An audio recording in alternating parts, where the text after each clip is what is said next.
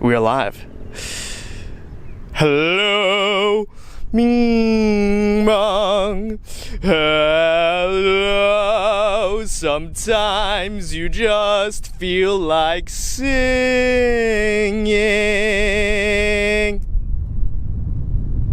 I'm here in Koh Phangan, Thailand, and today I'm not going to sing for you, but I am going to tell you about the 3-week Tantra Yoga teacher program that I just completed a couple days ago. In this video, I'm going to talk about, and I mention a lot, how to feel fucking superhuman. I'm going to talk about my body. I'm going to talk about what I learned in the overall course itself. This might be similar to the video that I made about my first Vipassana retreat. Okay, we're going to talk about what happened to me, what I went through, what I learned, what yoga allowed me to learn about myself and about the world around me, because they're very much the same thing. That is something that I learned about. And we're going to talk about how it's affected my body and the way that I view life and my future endeavors after completing this course. Alright? You're going to get a fuck ton of value in this video. I'm half going blind with the sun in my eyes because I want to tell you this, eye to eye, face to face. If I could download it into your brain, if I could be there in person talking to you one-on-one, that would be the number one choice for me, but I'm not superhuman. I can feel, we know how to feel superhuman, have superhuman levels of energy, but I'm not superhuman. I can't be there with you right now. This is the best I can do. Lock in, give yourself this gift. You're gonna get massive. When I mean massive, I say fucking huge, like Trump. Huge fucking value, all right? Give yourself that gift, lock in, let's fucking do this. All that I want in this life is the chance to do my thing. All that I want in this life is the chance to do my thing. I want the top. All my people right there in the back of the spot. I need the top. If you know me, you don't know me to stop. I need the top. All my people there in back of the spot. Let them shot. Yeah.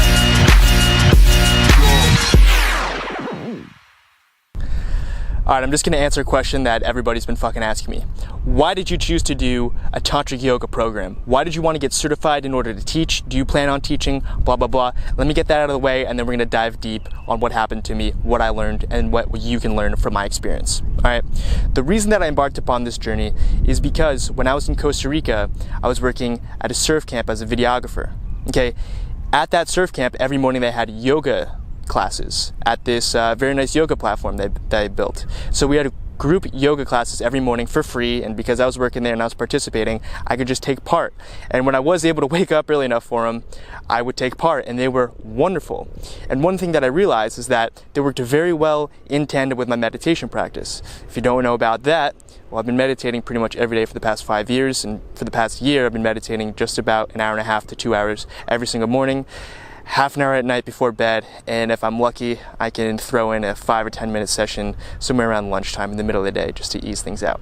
Anyway, my meditation practice is something that's prevalent in my life, and the fact that I found something that could accompany that in tandem was fucking wonderful. And that happened to me in Costa Rica at Dream Sea Surf Camp via yoga.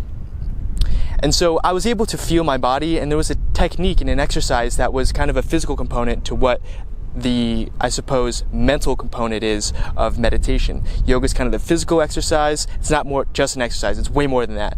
But meditation, let's just call it the mind. Yoga, let's just call it the body. All right, they worked really, really well in tandem. They kind of do some of the same things. Okay, so I was super fascinated with that. And one of the yoga teachers told me that I could just do a yoga teacher training even if I wasn't necessarily interested in teaching it as a profession, as a career, or at all. Okay. A wonderful way to learn about something is to learn how to teach it, because that forces you to develop some sort of mastery and understanding of it.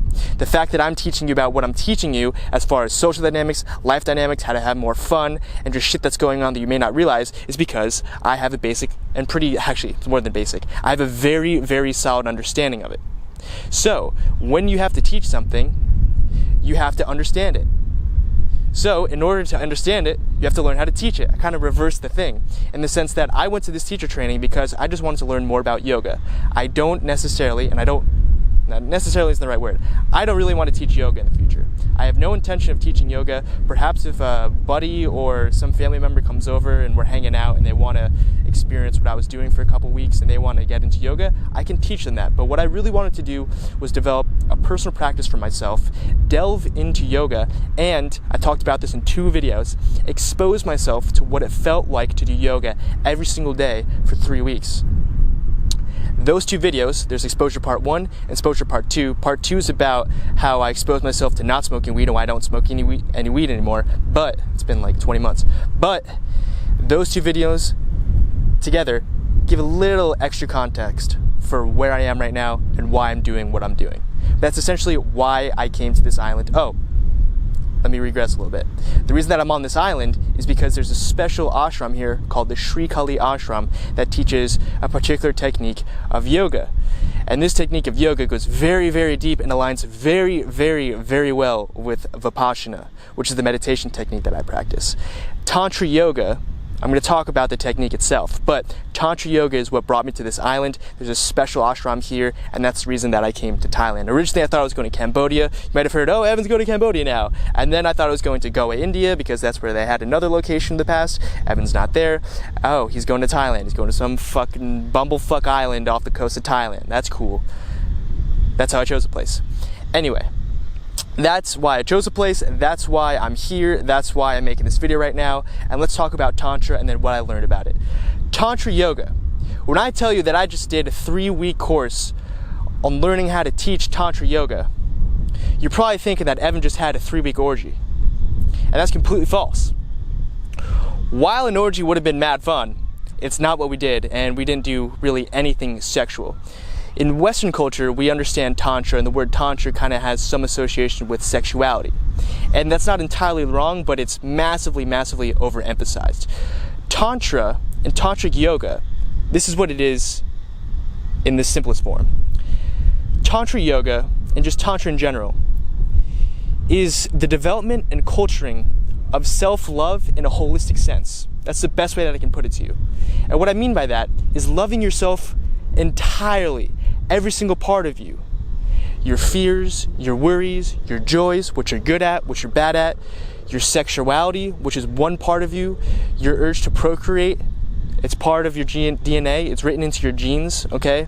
It's not something that we should necessarily shun. Many religions and cultures shun that part of our existence, but it's something that Tantra has allowed me to further embrace. I'm gonna talk about that later. But sexuality is part of it, but it's not all of it. Okay, so Tantra Yoga is the physical act. You also have the breathing and the prana and the energy. I'm not going to go into all of that, but for simplicity's sake, it's the physical practice of culturing a full body experience, a holistic human experience. That's the best way I can put it to you. Yes, it does. One of the components is sexuality, but it's not all that. And you will learn how to have amazing sex, but that's just one part of your life. You also got to eat, you got to sleep, you got to work, you got to make money, you got to laugh, you got to have friends, you got to do all this shit, you got to drink. Yeah. Not necessarily alcohol, but sexuality is one part of the life. So, what did I do there and what did I learn?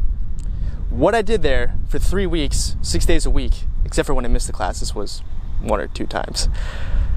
I did 6 hours of asanas every single day, plus 2.5 hours of evening discussion, okay? And asana is what we think of as yoga, okay? But it's not everything that yoga is. The same way that sexuality is part of Tantra as a whole, it's just one part. Asanas are just one part of yoga. And an asana is one of those poses. If you've ever gone to a class and you do like Cobra, or you do Warrior, or you do any of that shit, that's called an asana. And actually all of the, like Cobra, the real name for Cobra is Bhujangasana. Notice the last part of that. Asana, it's Sanskrit. That's just a physical exercise where you put your body in a certain posture, okay? I did that every day for 6 hours, all right? And in prior videos about exposure, I talked about how doing so did not allow me to work on my body as I normally would. And what I normally would do is resistance training, which creates and builds up muscle. And that's what I've been doing 5 or 6 days a week, 2 hours a day, every week for the past fucking like 5 years, okay? So it's a big fear of mine. I go into that in depth on the exposure video. and the weed exposure video, so watch those. It provides some massive and very valuable context for what I'm talking about right now. But I trained my body in a new way.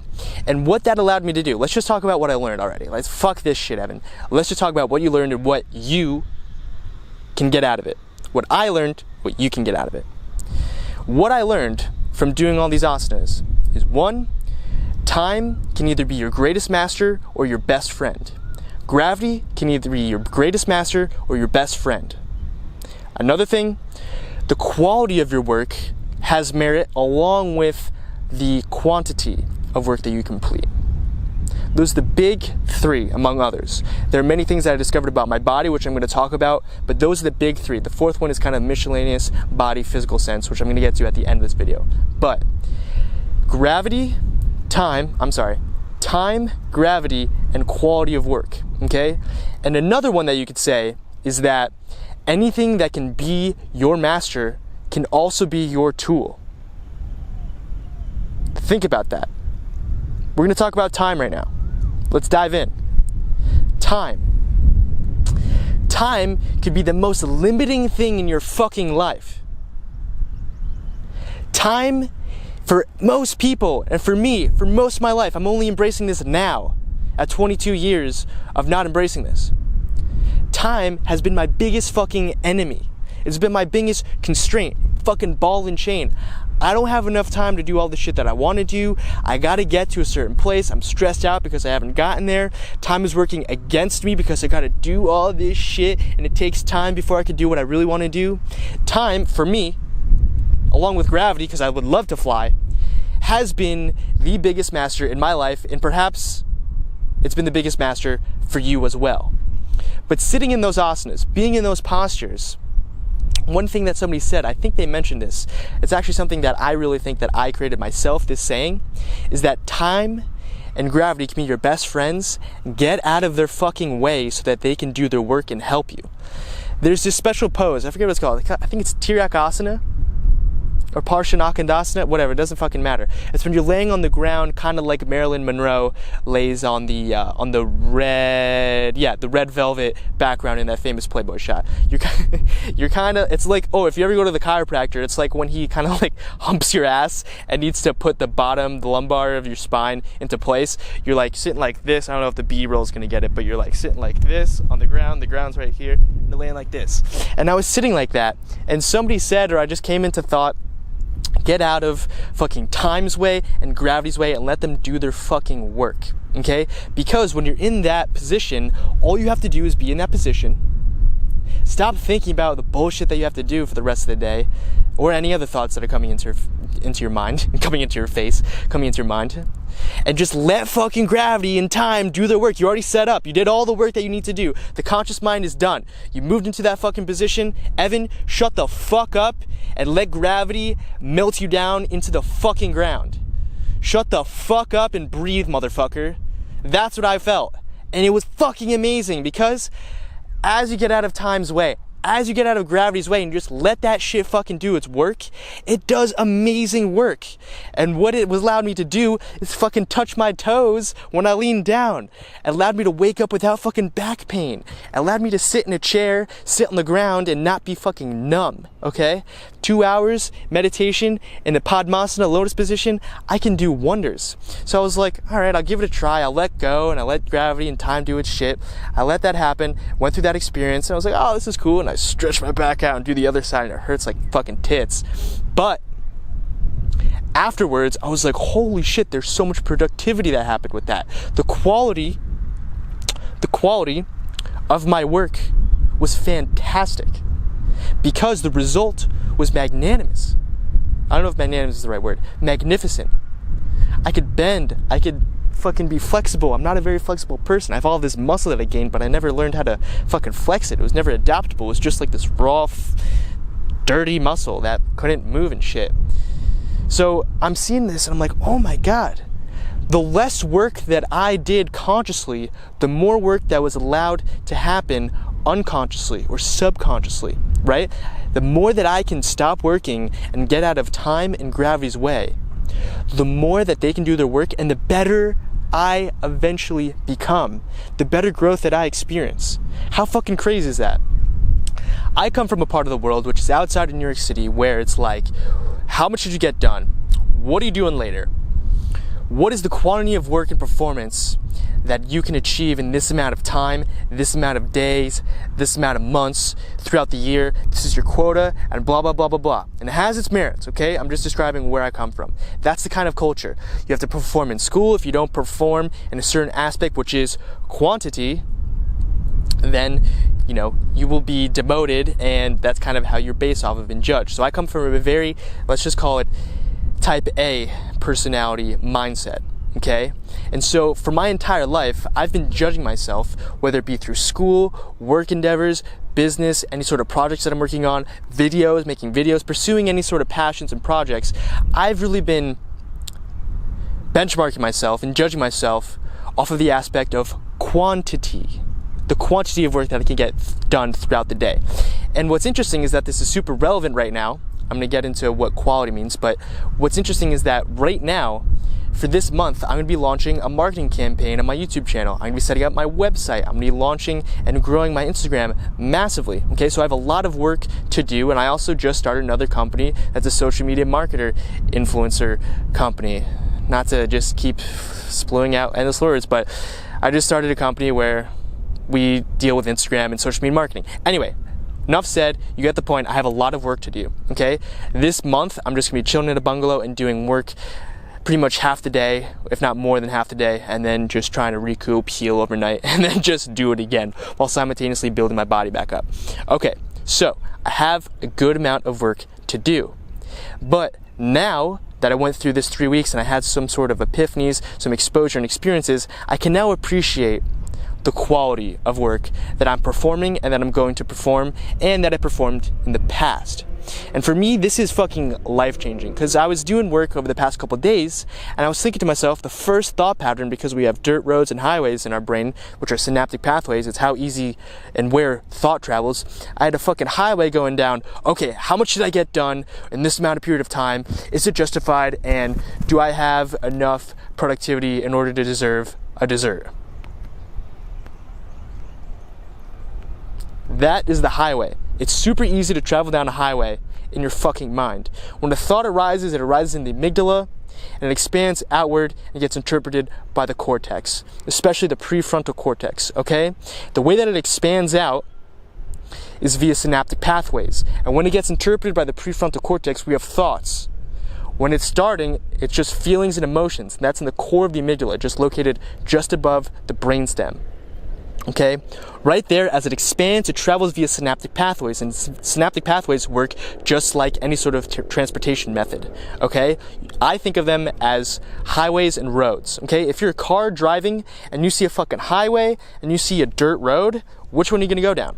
You're gonna go down the motherfucking highway, because you could go way faster, and you can go way faster, and it's more traveled and it's safer and blah blah blah. You got a dirt road. All right, for me, thinking about the quantity of work that I perform is the highway, because it's super easy for me to fucking think like, wow, how much fucking work did I get done? How much work did I get done? Not how well did I do my work, okay? And I'm gonna talk about that right after I make this point.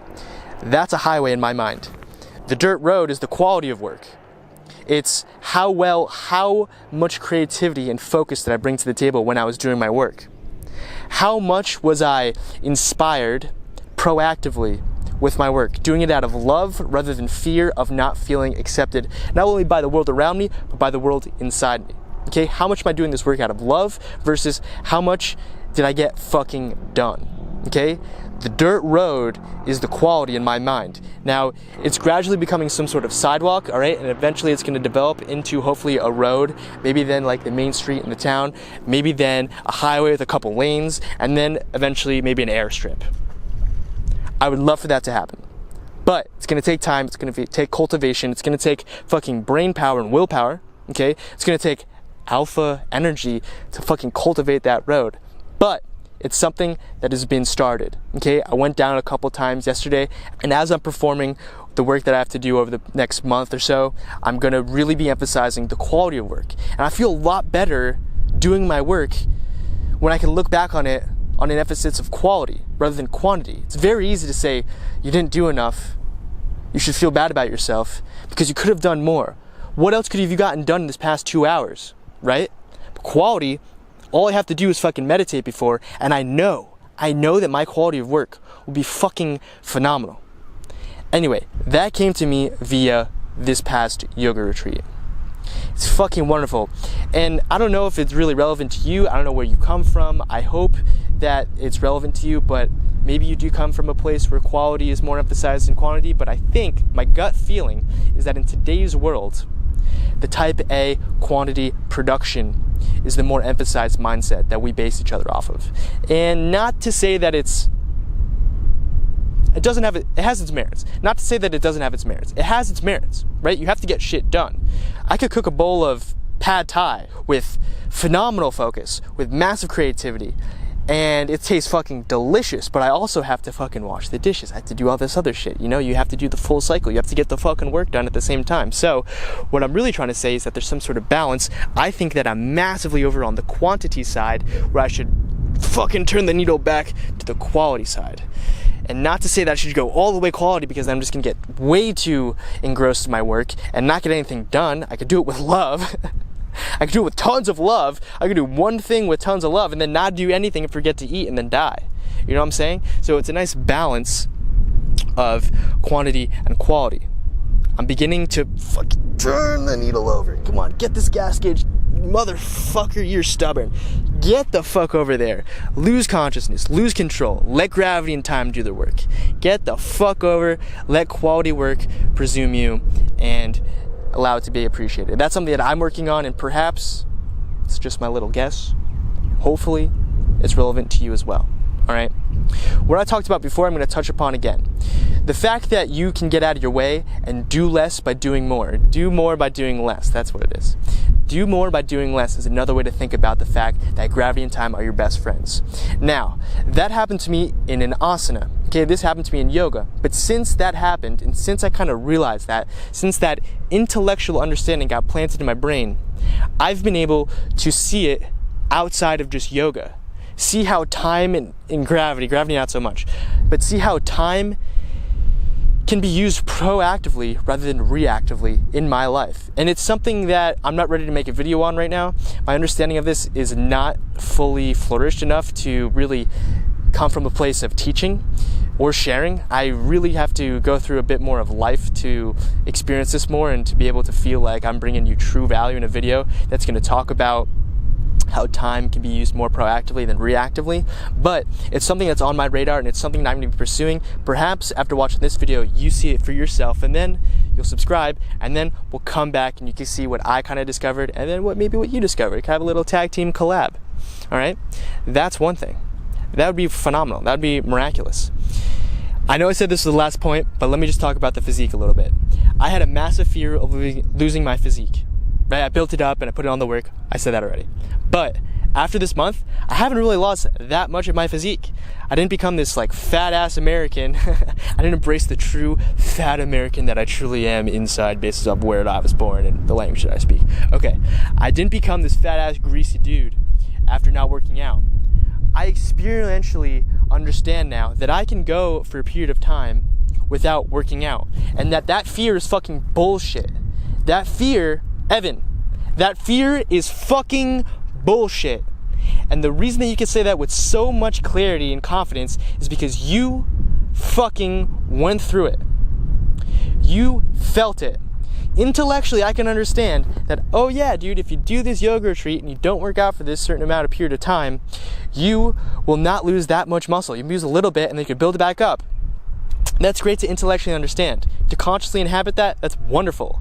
But to go through the experience and feel, keyword, feel, have your subconscious be aware of the fact that I will not lose that much muscle if I don't work out. And if I don't work out, I can still love myself. I can still be Evan. I can still feel validated and satisfied with my life, even though I don't look a certain way, and even though I'm not crushing the goal that I set out to crush.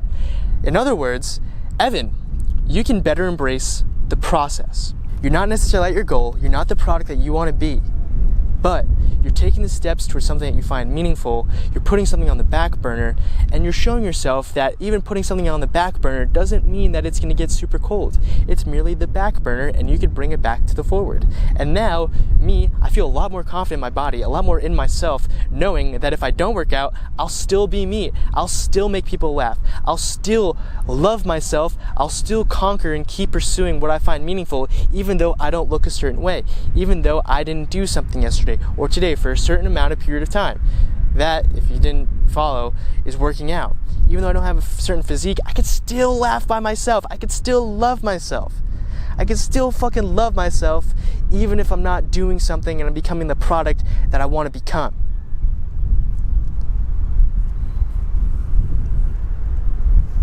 I only have one earring on right now. I just realized that. I didn't become gay in this retreat either. Okay, that one earring is just a coincidence. I didn't really plan that. And guess what? Guess what? Motherfucker, I still love you if you were gay. I still love you even though you recorded this amazing fucking footage with one earring, possibly portrayed yourself as a gay man, even when you're straight. It's happening right now. Fuck. I'm thankful for the yoga retreat that I just went on. I'm thankful that I just captured that moment just now on camera. I'm thankful that I can talk to you about love. I'm thankful for my current ability to be vulnerable in front of the camera, show you what I'm truly about, be unabashed and unadulterated with who the fuck I am, swear to you in flying colors, because that's how I speak and that's how I emphasize certain fucking shit. I can use 2 swears in a row adjacent to each other to further emphasize a point that I want to make. On one hand, you could think that that is debauchery. On another hand, you could think of that as art. We got a spectrum right here. In the middle, we got some sort of balance. I might be over here. I might be over here. I don't know. That's something I gotta figure out. But right now I feel pretty fucking good with the balance that I'm able to cultivate. I'm thankful for my current ability to realize balance for what it is and bring you further understandings in the future. I'm thankful for this video camera. I'm thankful for this microphone, and I'm thankful that there's something in this world that exists like YouTube where I can express my ideas and benefit you in very similar ways that I've benefited myself from watching videos of other people talking to me about their experiences. Okay? There are certain things that I take and I create, certain ideas and dynamics that I see for myself out of the fucking blue, out of the blue. But there are also many understandings that come from other people sitting on the shoulders of giants. Okay? I'm thankful for those people. I'm thankful for you for listening. I'm thankful that you watched me up until this point. Hopefully by now you understand why I'm coping on, what I'm doing here, what I've been doing here, and where I might go in the future. Hopefully you understand that Tantra is not necessarily just a fucking sex orgy. The Kama Sutra is not a book. It is not the handbook. It's not the ancient handbook on how to have mind-blowing sex. That's like a chapter in there. Actually, it's more than a chapter, but it's a couple chapters in there, but it's not everything. Tantra's not everything sexual, right? I hope I put on your radar that sexuality is just a part of you. That you should love yourself as a whole. You should love the fucking urge to procreate, to have sex. You should love the fact that you have energy and you could feel an urge to fuck. That's wonderful. And you should be appreciative of all of your ancestors that felt that urge, because without that happening for you or for me, I wouldn't be here right now and you wouldn't be listening to this shit. Thank your ancestors that they wanted to have sex. Thank yourself that you want to have sex, because your descendants will thank you. Be appreciative of it right now. I'm allowed to better embrace myself as a whole. Part of that is sexuality. I have to go through a bit of healing. Your ancestors, if you do choose to procreate, right? Not all of us do, but if you do choose to procreate and have kids, your ancestors will thank you massively. Dad, thank you for having me. Thank you for having this fucking urge to have sex and create me. Grandpa, you too. Great-grandpa, you too. Everybody up the grandpa scale, thank you, motherfuckers, for passing on your genes and creating people that could create me.